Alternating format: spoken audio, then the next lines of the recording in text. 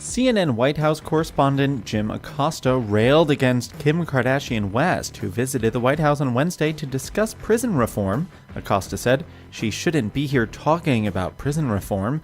According to Business Insider, Kardashian West has taken the lead in efforts to grant clemency to 62-year-old Alice Marie Johnson. Johnson is a low-level drug offender serving a life sentence without parole. Acosta argued that Kardashian West's visit illustrates what he called a lack of seriousness from President Donald Trump with regard to matters of policy and some politically divisive issues.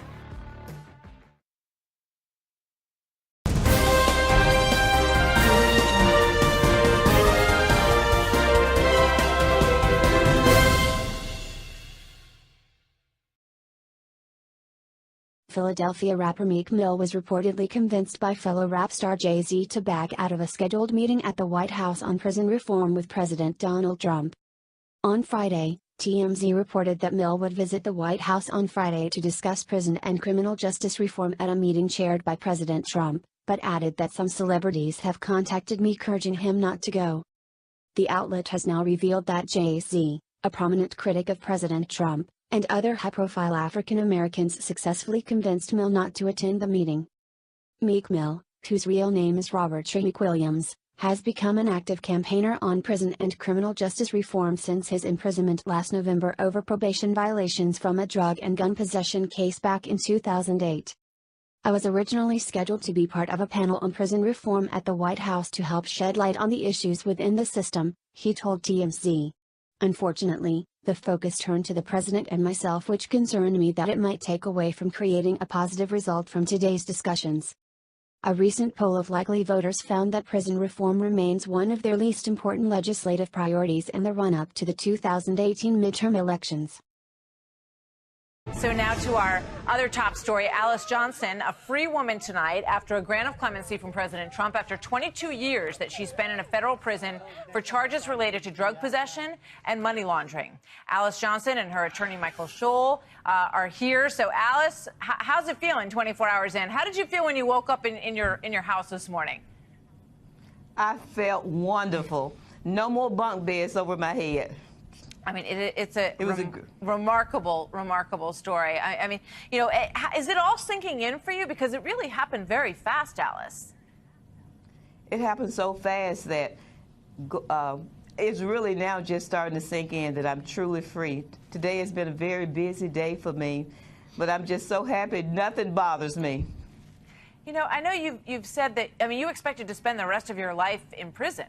And that's what you were expecting. And I just can't imagine, and I know you became an ordained minister, how did you get through 22 years, a third of your life, for a nonviolent drug offense? How did you get through all that time? The only way that I was able to make it through that time, and this is the truth, was my faith in God. I knew that one day He was going to bring me out. And I lived my life with an eye toward one day walking out of those doors a free woman. And the day that I got the news that President Trump had granted my clemency and given me a second chance in life was the best day of my life. You know, I do want to, because I know it's important to you to speak out to other people, and you say you want to bring those who are still left behind with you. But I want to go back to the bad moment in your life for just a minute, if I could, because I think people need to know that you were in desperation. You had been divorced, you lost your job at FedEx, and you turned to crime. You got involved with these drug dealers, and you were a facilitator, an intermediary for them. What would you say to someone who right now finds themselves faced with that same kind of moment in their lives? I would say, don't make a permanent decision that can change your life forever based on a temporary situation. Just because you go in a panic, take a breath and wait it out, because it was not worth it. That one mistake cost me not to be able to be there for my grandchildren, my elderly parents who died in prison. It changed the course of my entire life. Don't do it. That's what I say. Don't do anything illegal for some temporary gain, because I'm telling you, it is a trap.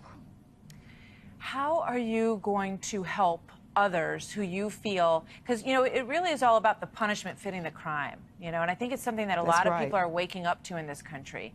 So what's your message, and how are you going to try to help other people to become free who may have served enough of their time? My message is I'm really wanting to fight hard in this whole prison reform effort, because that is what is important. And I tell anyone who is fighting for their life, do not give up. But you've also got to be prepared in case something does happen, in case your miracle does come. You want to make sure that you are ready to re-enter society. And I thank God that that is what I was able to do with my time, was to prepare to re-enter society as a free woman.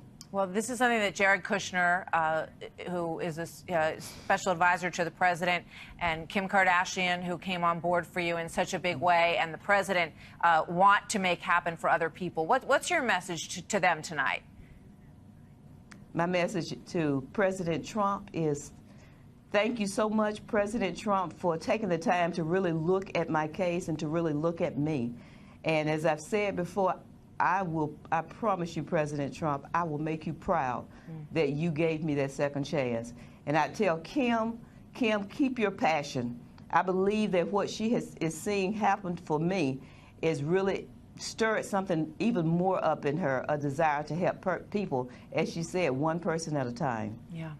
Well, I thought it was funny. You said that one of the things that shocked you the most when you got out was how much people were looking at their phones. I thought, that's really, that's a bit of a big change since you were away, right? Yes. Yes. But good thing Kim Kardashian was looking at her phone, because I think that's how she found you. That Alice, is exactly thank you. how she found me. Thank you so much, Alice. We really wish you all the best. And Michael, thank you so much for bringing Alice to us today. Good to see you both tonight. Thank you for having us. Thank you so much. Thank you for having us on.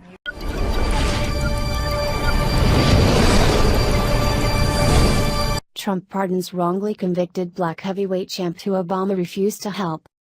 Obama refused to pardon the first black heavyweight boxing champion, who was wrongly convicted by an all-white jury back in 1913.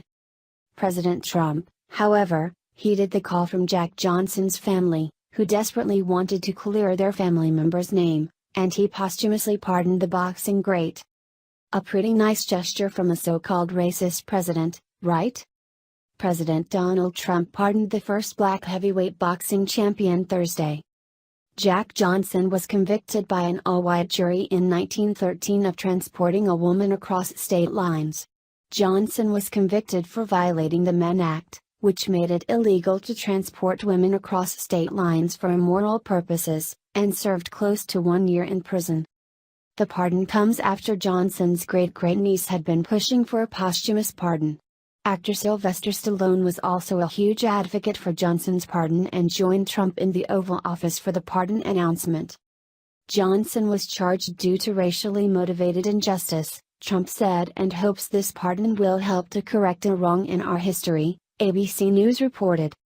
I am taking this very righteous step, I believe, to correct a wrong that occurred in our history, and to honor a truly legendary boxing champion, legendary athlete, and a person that, when people got to know him, they really liked him and they really thought he was treated unfairly, Trump said. It's my honor to do it. It's about time, Trump continued. He represented something that was both very beautiful and very terrible at the same time. Trump also invited other heavyweight champions to the Oval Office for the announcement, including Lennox Lewis and Deontay Wilder. Republican Senator John McCain of Arizona has pushed for Johnson's pardon for years, even introducing legislation requesting for a pardon for Johnson in 2004, which was struck down by former President Barack Obama. Johnson's pardon was met with praise by many, including former heavyweight champion George Foreman. The pardon comes 1 week after Trump was attacked as a racist for calling MS-13 gang members animals at a White House roundtable meeting. The last posthumous pardon was done by former President George W. Bush, who pardoned Boston-born businessman Charles Winters in 2008.